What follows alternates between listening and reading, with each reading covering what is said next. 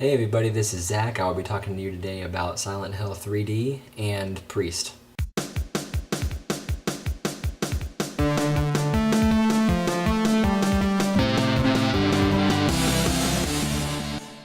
So as you know, they're making a Silent Hill 2 in 3D based on the third game.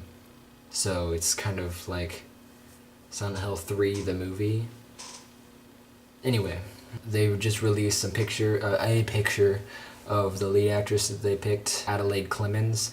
And I mean, she looks like she fits the bill. I would have picked Alison Lohman if anybody. That's always who I had in mind whenever I played the game or whatever. If they ever made a movie of this game, it better be that girl from Matchstick Men. They ended up picking an Australian actress like they did with the first movie, the first Silent Hill movie. I'm really skeptical about this now. I really hope they get it right. And the producers of Resident Evil are going to be producing this Silent Hill movie, so I'm really hoping she doesn't like jump off of walls and stuff. Like she finds some sword somewhere. Okay, this place is dangerous.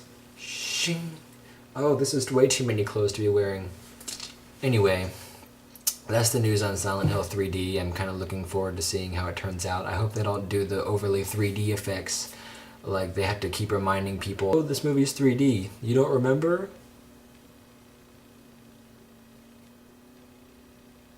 Did you see it? We're gonna do it again.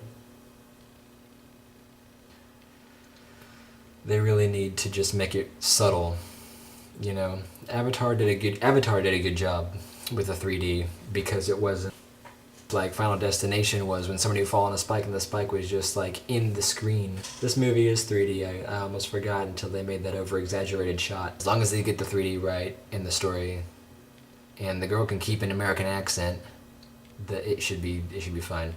Priest.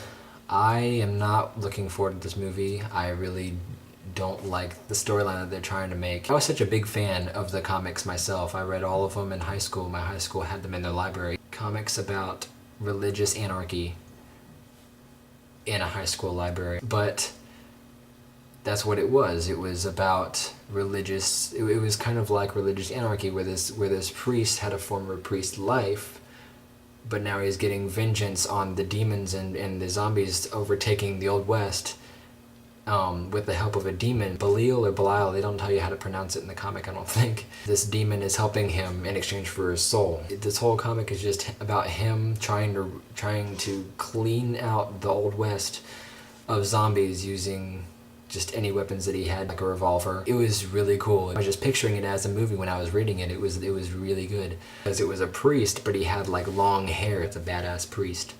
And then somebody told me, oh, they're gonna make a movie. What? So I went online. Sure enough, they had a trailer and everything, and I clicked on it and I put it on full screen. I was just like, yeah, high def, let's do this.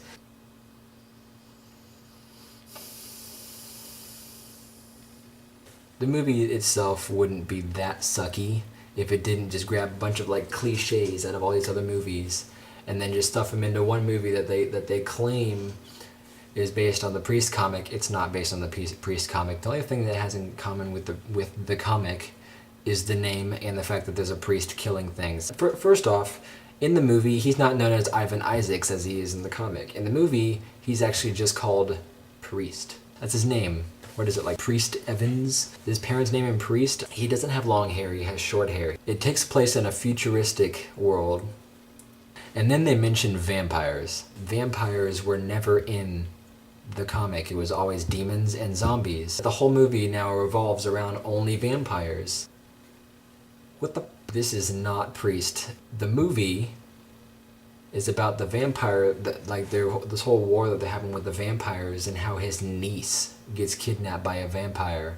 And so he has to go out and risk life and limb to get his niece back before they turn her. Yeah, they're waiting to turn her. All the people that they're supposedly killing, they're holding her captive. Are they waiting for some kind of like alignment or something? Why are they waiting to turn her? Yep. Priest should be here anytime to kill us. That's what I'm guessing, you know. I don't know. Should we turn her? I mean, Priest isn't here yet. Should we turn her? I think we should wait. I think we should wait until he gets here to kick her ass. And to make things worse, he's aided by his niece's boyfriend, the sheriff, in this futuristic post-apocalyptic universe. They're also aided by this girl called Warrior Priestess. She has no name, she's just Warrior Priestess with otherworldly fighting skills. You mean like Chinese movies and The Matrix? So apparently we're just gonna have like a bunch of like wire like stunts and a bunch of like slow-mo. Read the books. The comics are so much better than what this crap sounds like. They just turn them into vampires because vampires sell, and now all these vampire movies are coming out. All these movies that have to do with vampire movies. But the one thing that I have against all these other movies that are coming out that aren't based on vampires, like there's this movie that was called I Am Number 4. And it's about this guy who has powers or whatever, and like, I don't even know. I did watch the reviews on YouTube. Indie Mogul did a review of it, and they kept referring to it as a Twilight with aliens. It's a movie about young people in love, apparently, and he's got powers and the girl doesn't, apparently. Definitely a Twilight spinoff. Like, oh, Spider-Man. Spider-Man was copying off of Twilight. He had powers and she didn't, and they were in love. The Hulk was a spinoff of Twilight. Harry Potter. Harry Potter had mythical creatures, you know, and it had young people in it. Anyway, that's my video.